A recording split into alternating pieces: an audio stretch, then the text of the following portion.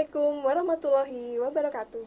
Halo Sobat Sehat, pada hari ini kita berjumpa kembali pada acara podcast OSKAP, obrolan seputar kesehatan kita bersama.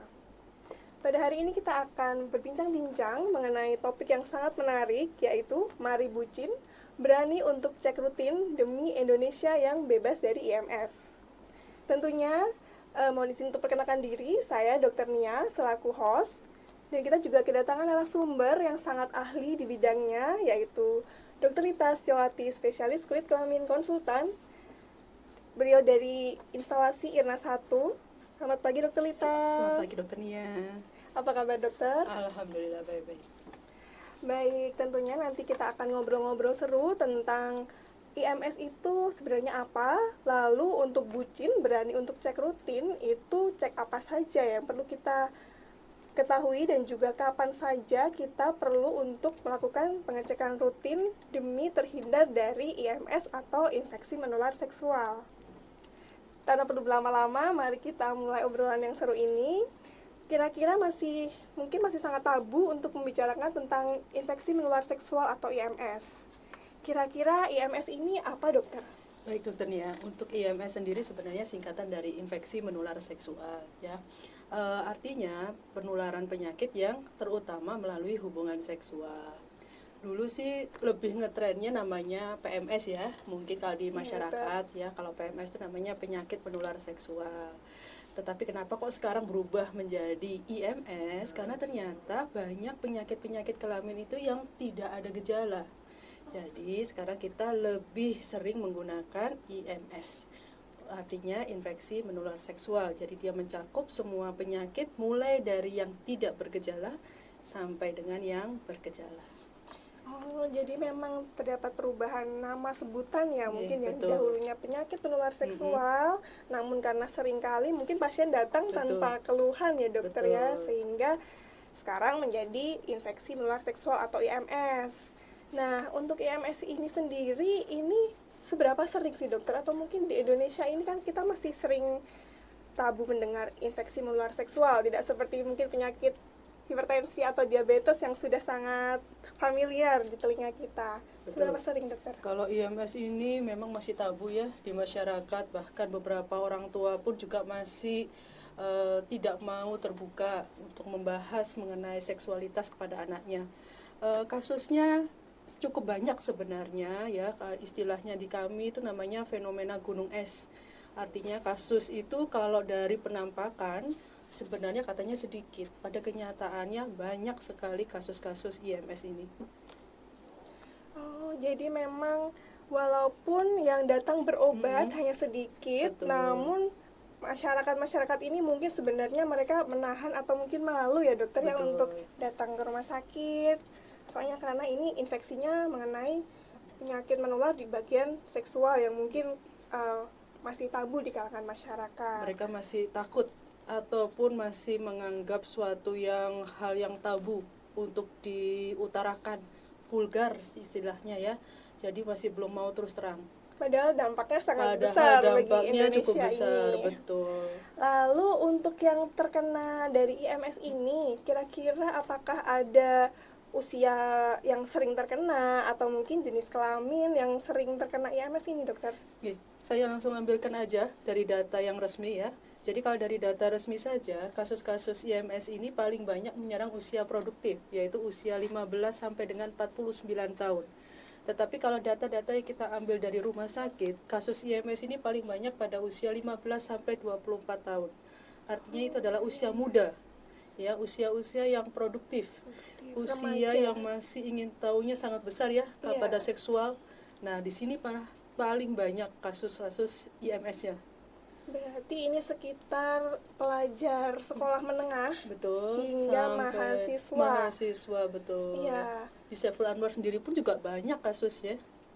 Mungkin untuk ini kan lebih pada usia pelajar hingga mahasiswa. Berarti ini tidak mungkin terjadi pada anak-anak ya dokter, atau bagaimana dokter? Sebenarnya penularan IMS ini tidak selalu melalui hubungan seksual ya. Jadi dikatakan IMS itu kan penularannya paling banyak memang secara seksual, tetapi bisa dengan metode lain. Artinya Oh, kalau iya. bisa dengan metode lain berarti kasus ini juga bisa pada anak-anak. Misal dari ibunya yang Iya. hamil ternyata ada penyakit IMS-nya. Akhirnya ditularkan kepada bayi yang dikandungnya. Kemudian lahir, karena tidak diketahui maka beresiko tinggi menularkan kepada janinnya. Pertama seperti itu. Bisa juga kasus-kasus yang mungkin saat-saat ini ada beberapa yang diutarakan, seperti kasus-kasus pelecehan seksual terhadap anak-anak. Oh, iya, Nah, ini akhir-akhir ini juga merupakan marak sekali, transmisi dokter. penularannya, betul. Tidak hanya sesama jenis kelamin, tetapi juga bisa berbeda jenis kelamin, ya. Jadi sexual abuse ataupun pelecehan seksual kepada anak-anak ini merupakan salah satu yang harus kita tanyakan kalau ada keluhan infeksi menular seksual pada anak-anak. Biasanya usia 10 sampai 19 tahun. Biasanya masih kita tanyakan apakah ada kemungkinan sexual abuse seperti itu. Tapi juga ada penularan secara lainnya, ya, misalnya transfusi darah. Itu juga bisa Jadi transfusi ternyata bisa tertular ternyata dari ya, darah yang dokter sudah ya. tercemar, betul. Jadi memang anak-anak ya tidak menutup kemungkinan bisa terkena IMS juga. Jadi kita Wah, harus berarti aware. ini memang yang sangat penting bahwa memang infeksi menular seksual ini yang sepertinya mungkin kita anggap penyakit mungkin pada dewasa, Betul. ternyata anak-anak bisa terserang dan bahkan mungkin untuk kita mencari tahu penyebabnya juga susah ya dokter, karena pada anak-anak mungkin mereka sungkan untuk mengutarakan Mm-mm. karena mereka adalah korban pelecehan. Biasanya kita kerja berdasarkan tim, ya. Jadi kalau memang ternyata ada kecurigaan sexual abuse, jadi kita tidak bekerja sendiri, kita bekerja secara tim. Biasanya melibatkan dari kita dokter kulit, Ya. kemudian juga ada dokter anak, dan bahkan juga ada dokter dari psikiatri. Jadi kita bekerja secara tim. Karena pendekatan kepada anak tentu saja berbeda, apalagi anaknya ini juga memiliki plus, yaitu traumatis, ya. Jadi bakal tidak susah untuk mengutarakan seperti itu. Nah, ini yang paling penting. Kalau anak-anak sudah traumatis, tentu bagaimana Betul. dampaknya untuk Indonesia ke depannya ya, Betul. Padahal dokter. kita harus bucin tadi itu ya. Iya, berani untuk cek rutin.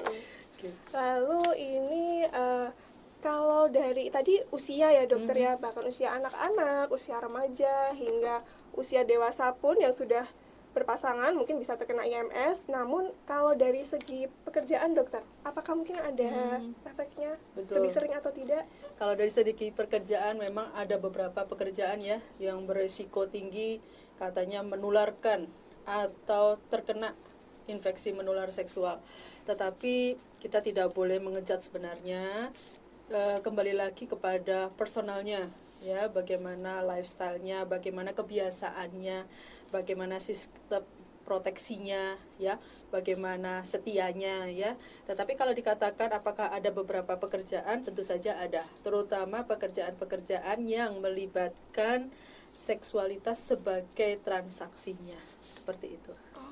Ya, baik. Jadi untuk pekerjaan tertentu memang lebih sering mengalami infeksi menular seksual ini. Ya, yang mana transaksinya melibatkan hubungan seksual. Oh ya, iya. jadi itu pekerjaannya ke arah sana.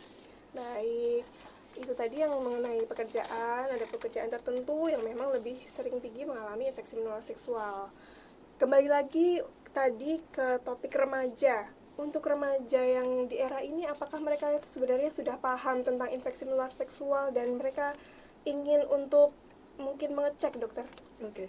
Untuk remaja sendiri sebenarnya hormonnya kan sedang aktif-aktifnya, ya. Jadi usia sekitar 15 sampai dengan 20 kepala 3 itu adalah remaja yang masih dipengaruhi oleh hormonalnya.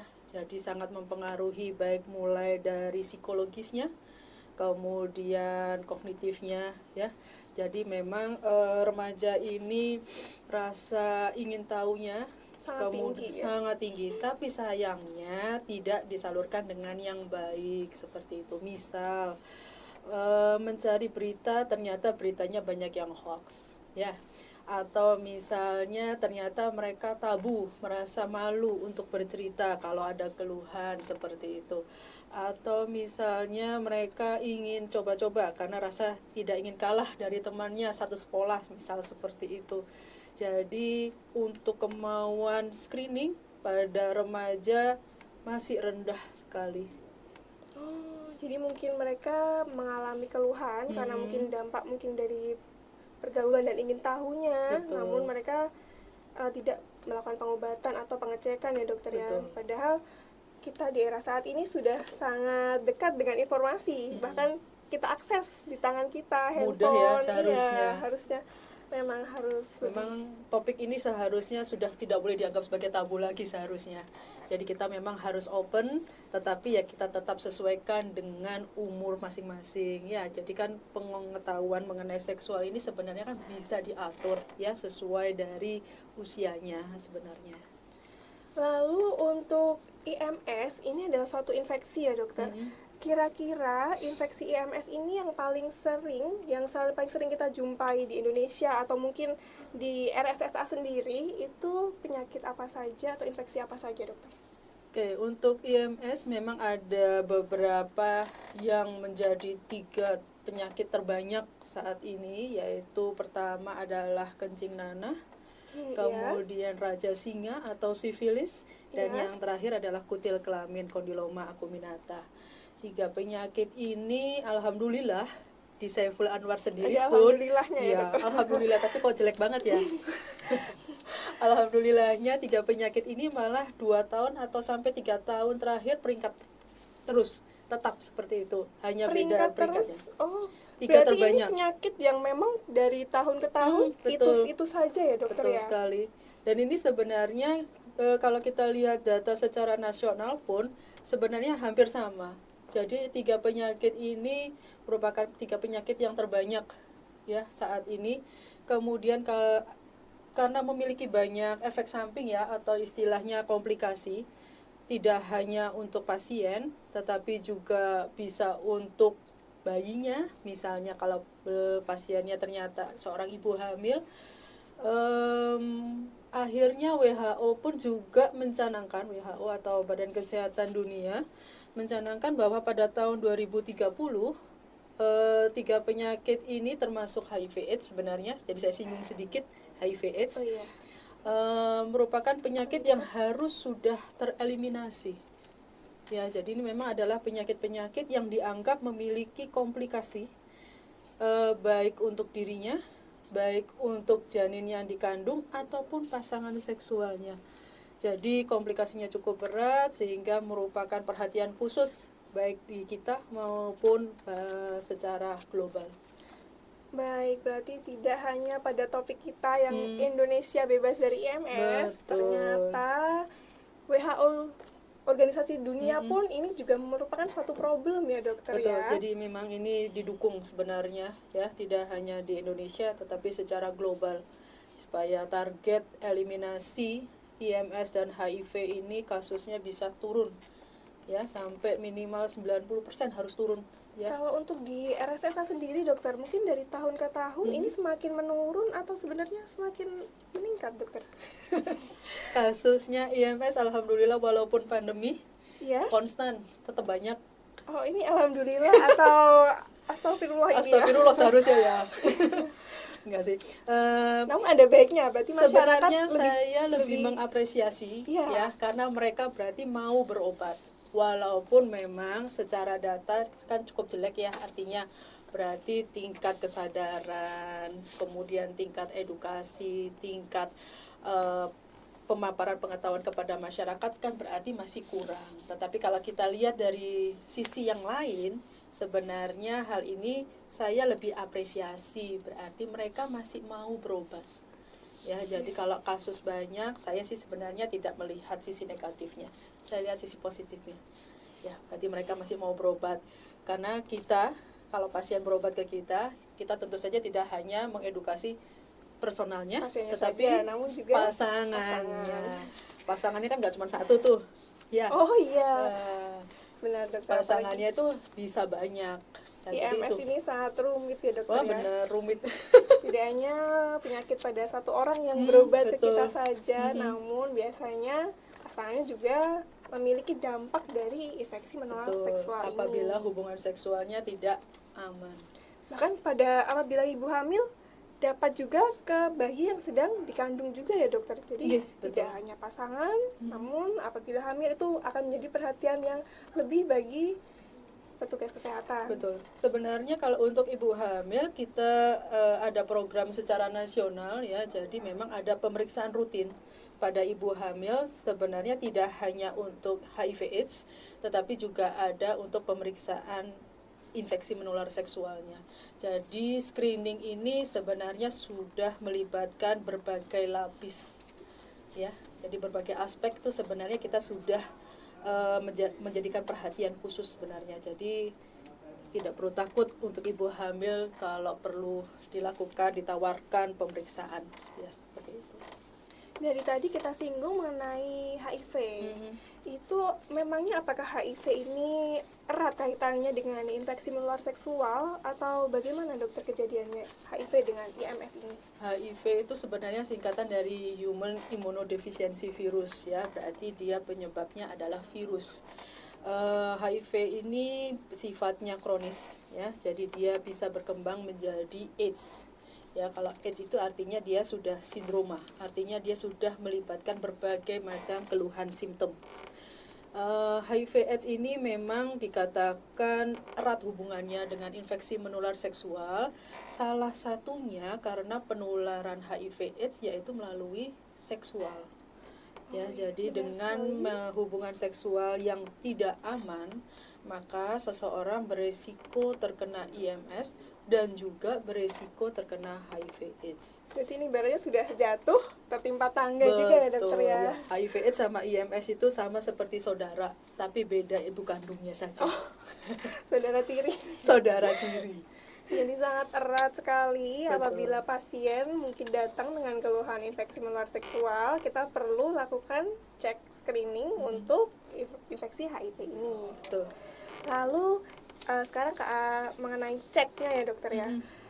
Pengecekannya itu bagaimana dokter? Kira-kira apa saja yang dicek? Lalu kita melakukan pengecekan itu apabila memiliki gejala atau bagaimana alurnya? Oke.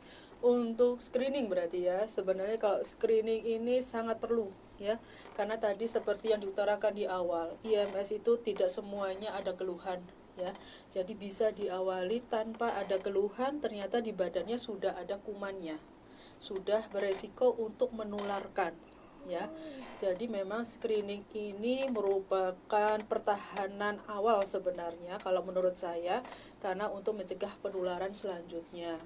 Screening ini saya pribadi lebih mengutamakan kepada setiap orang yang sudah aktif secara seksual, terutama nomor 1 itu. Kemudian yang kedua bisa juga terhadap person-person atau pihak-pihak yang menggunakan drugs. Terutama drugs di sini adalah drugs yang berupa jarum suntik yang dipakai secara bergilir ya. Untuk person yang lain sebenarnya screening adalah seperti pada ibu hamil ya.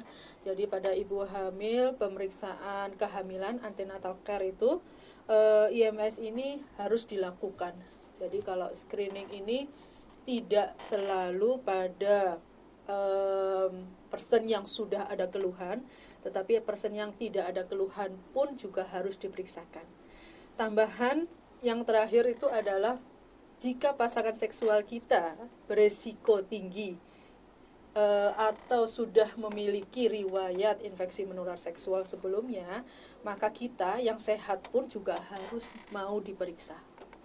Ya, jadi ada minimal 4 pihak-pihak yang harus rutin melakukan pemeriksaan screening ya.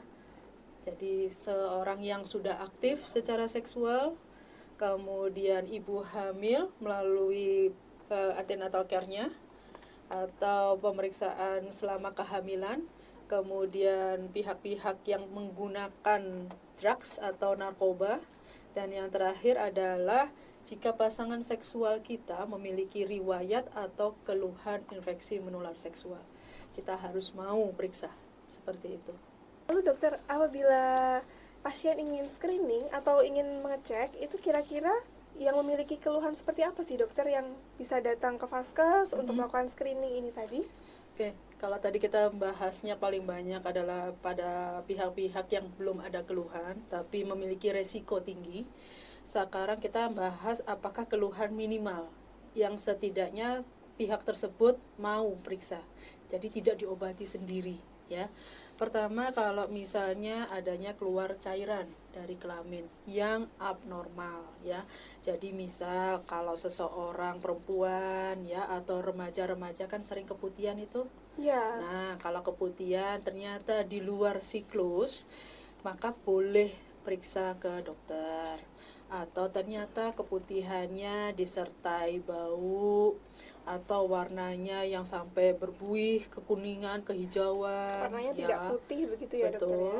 Atau misalnya ternyata ada rasa yang gatal, perih, sampai kemerahan di kelaminnya, itu boleh periksa.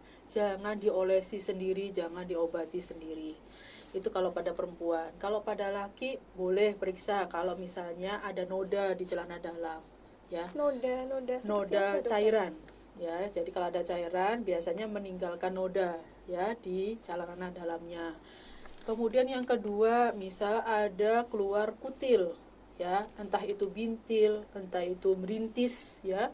Periksa saja ke dokter. Jangan diobati atau bahkan seringnya pasien itu dipencet-pencet, ya, ditusuk-tusuk sendiri, ya, karena resiko infeksi, ya. Jadi kalau daerah kelamin itu meresiko terinfeksi lebih lanjut itu lebih besar. Kemudian ada lagi misal keluhan luka, ya. Luka di sini boleh hanya sebatas luka lecet atau misalnya luka yang hanya sebatas bekas garukan seperti itu.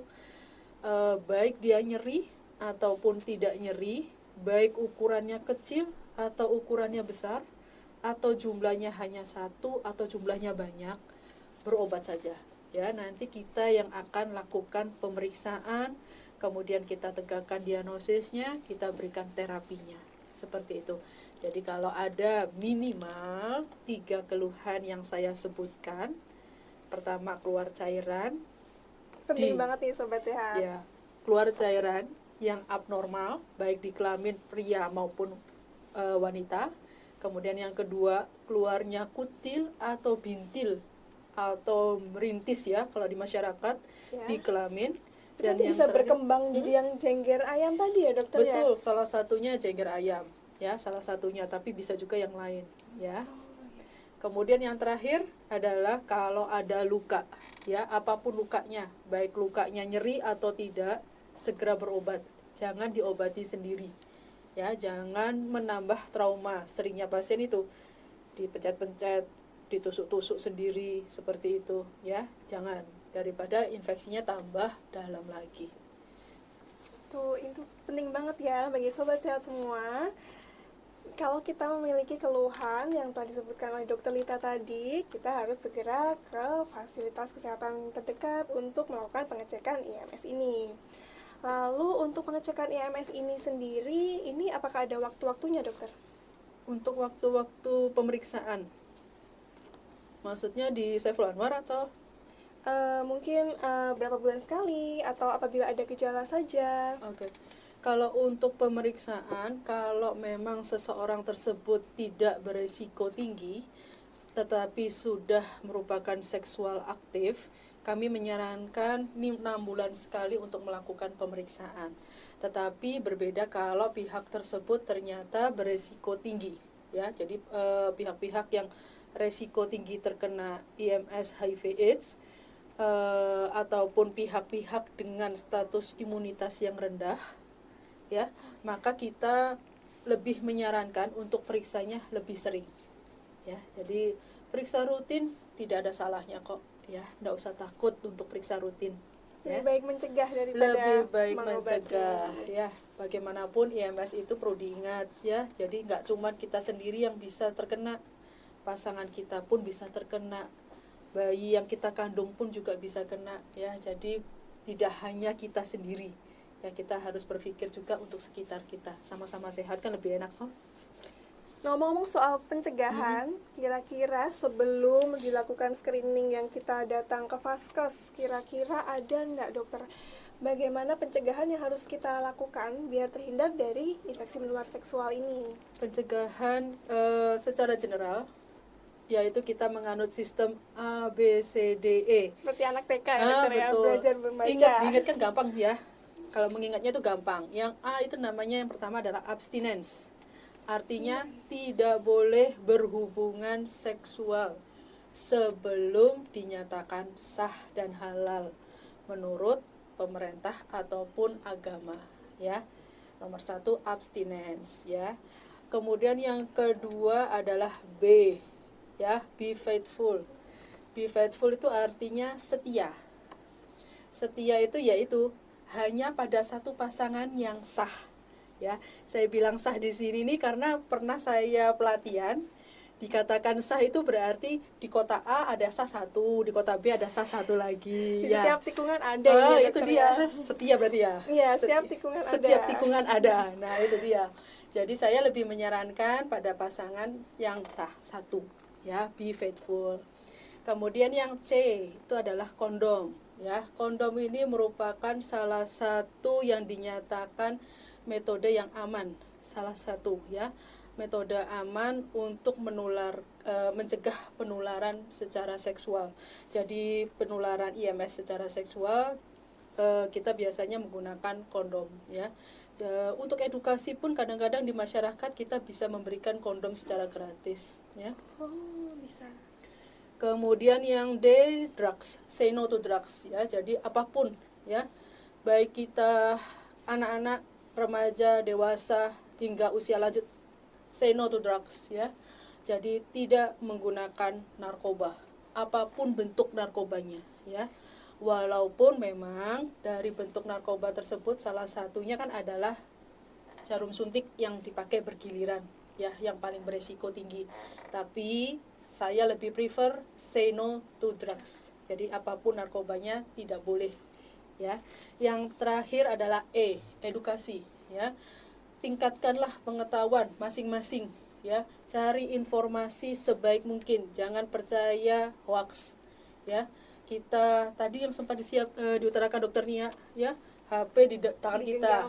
Iya, mudah ya kita untuk mencari pengetahuan.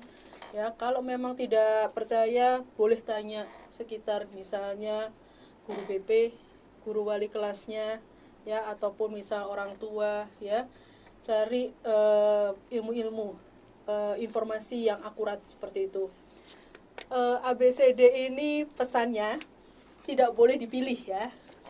Ada yang katanya saya maunya yang C. Ujian saja dokter. Betul. ABCDE. Ada yang milih saya cuma mau C aja dok, tapi saya kemana-mana. Nah itu nggak boleh ya. Mencegah infeksi menular seksual itu selalu dimulai dari A, diikuti B, diikuti C, D dan E. Jadi nggak boleh kalau hanya saya mau mencegah terkena infeksi menular seksual melalui E saja dok, tidak bisa. Saya mau hanya melalui D, say no to drugs, tidak bisa. Jadi harus selalu diawali dengan A, diikuti dengan pola B, C, D, dan E. Jadi Ya. pilihlah semua jawaban benar ABCDE. Betul, ABCDE. Jadi sobat sehat, kita harus tahu ABCDE ini tadi. Yang A, abstinence. Jadi apabila belum menikah tidak boleh untuk coba-coba. Yang B, be faithful, harus setia yang memang dengan satu pasangan, bukan yang setiap sah. tikungan Setiap ada. tikungan ada. Yang C, penggunaan kondom. Tuh. Yang D, Say no to drugs. Say no to drugs. Semua drugs ya dokter, tidak boleh pilih-pilih. Saya nggak pakai jarum suntik. Kalau saya memang lebih menyarankan semua drugs ya, semua drugs tidak boleh. Dan juga yang E, edukasi, kita harus mencari sumber informasi, yang namun akurat ya. kita harus pilih informasinya yang memang akurat dan juga dari narasumber yang terpercaya, bukan dari berita-berita hoax. Baik, sepertinya sudah sangat jelas dari topik kita pada hari ini, yaitu Mari Bucin, berani untuk cek rutin demi Indonesia yang bebas IMS. Tadi kita sudah bahas banyak sekali IMS ini yang awalnya mungkin tabu, ternyata memang IMS ini harus kita edukasikan, terutama bahkan pada anak-anak ini juga ada beberapa anak-anak yang telah banyak terkena IMS ini atau dampak dari IMS ini. Jadi kita harus tetap terus menjaga kesehatan kita dan juga aware untuk melakukan pengecekan rutin, lalu mengkonsultasikan ke vaskes terdekat apabila kita memiliki keluhan-keluhan dari infeksi menular seksual ini. Baik, sudah tidak terasa kita tiba di penghujung acara. Terima kasih banyak kepada Dokter Lita atas waktunya. Sehat-sehat terus, Dokter. Sama-sama, semua sehat ya. Iya, amin. Agar kita dapat berjumpa di acara podcast OSKAP, obrolan seputar kesehatan kita bersama yang selanjutnya. Wassalamualaikum warahmatullahi wabarakatuh. Waalaikumsalam warahmatullahi wabarakatuh. Ngobrol-ngobrol.